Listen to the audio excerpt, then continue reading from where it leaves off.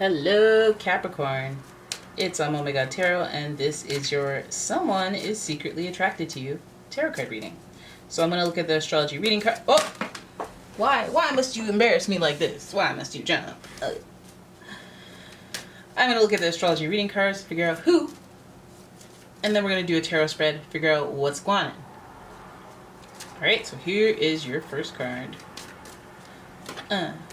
We got Gemini energy making a cameo appearance again. The energy is communicative, mischievous, lively, witty, and informative. Stimulating exchange is possible. Now this could be a Gemini energy, sun, moon, rising, or somebody exhibiting traits like a Gemini. I've been having trouble with that word. I don't know why. Then we have Scorpio energy.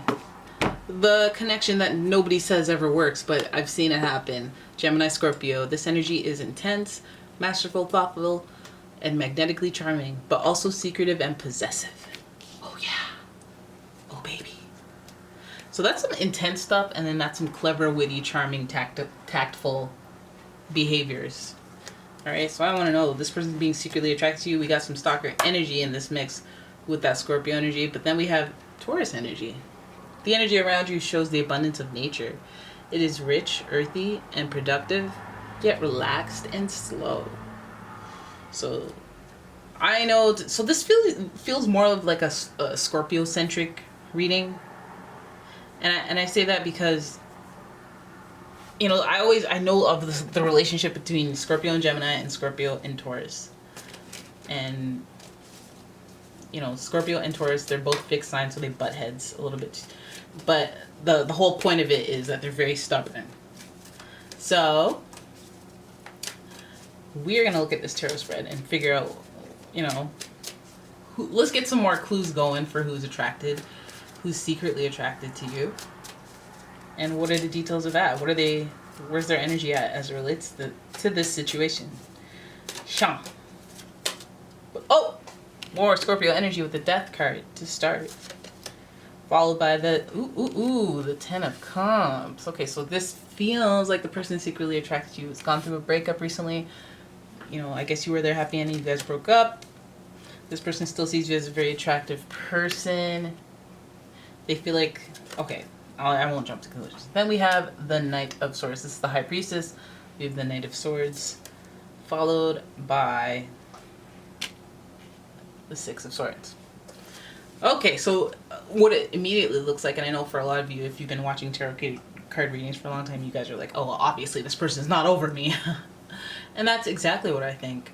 I think that they dealt with the end of the breakup by not really accepting it, not really believing it, being stubborn, trying to talk their way out of it, try to talk their way back into a relationship. I don't know what they did, but I feel like something happened, a grave mistake or a grave error was made that marked the end of the relationship. This can no longer be.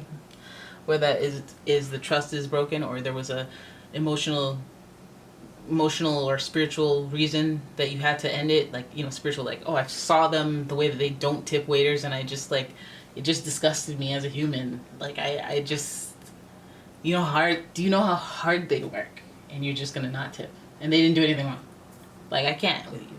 And that one error can mean I don't like this person, and I feel like there's something about this person that you're like, nope, this isn't gonna happen. So much for your happy ending. Oh so much. Anyways, I don't think they like that. So this person that's secretly attracted to you, I feel like maybe I don't know, like they could be very charming. They could have betrayed you in the past. They could be very stubborn with moving on. You know, even if they were in the wrong, they're just very stubborn on the moving on thing. Hint. So I feel like they've ruined a good thing, that they messed up. They still see you as this attractive person, and they still see a future with you. They still want you back. If this is a new relationship, I feel like they're at the end of their happy ending relationship, a long-term relationship. They find you to be attractive. They find you to be attractive. All right. I feel like there's still some conflict going on. I feel like maybe they still have arguments with the ex. They may still have some type of issue with you if there was the drama, or this pertaining to the Death card, and this hovering over the Scorpio card is like there's conflict regarding some sort of betrayal, some sort of betrayal that caused an ending of a relationship. And because that, there's animosity, conflict, hot-headedness, impulsive action, and this whole desire to move on. So I don't know if both of you are going to reconnect because you want each other, or I don't necessarily think that's the case. I think the desire is to move on, but I feel like maybe one of you needs to like air your grievances to the other. Maybe the more attractive one. I don't know. So the High Priestess is connected to the moon, and that's your inner world and your sensitivities, but that's also your intuition.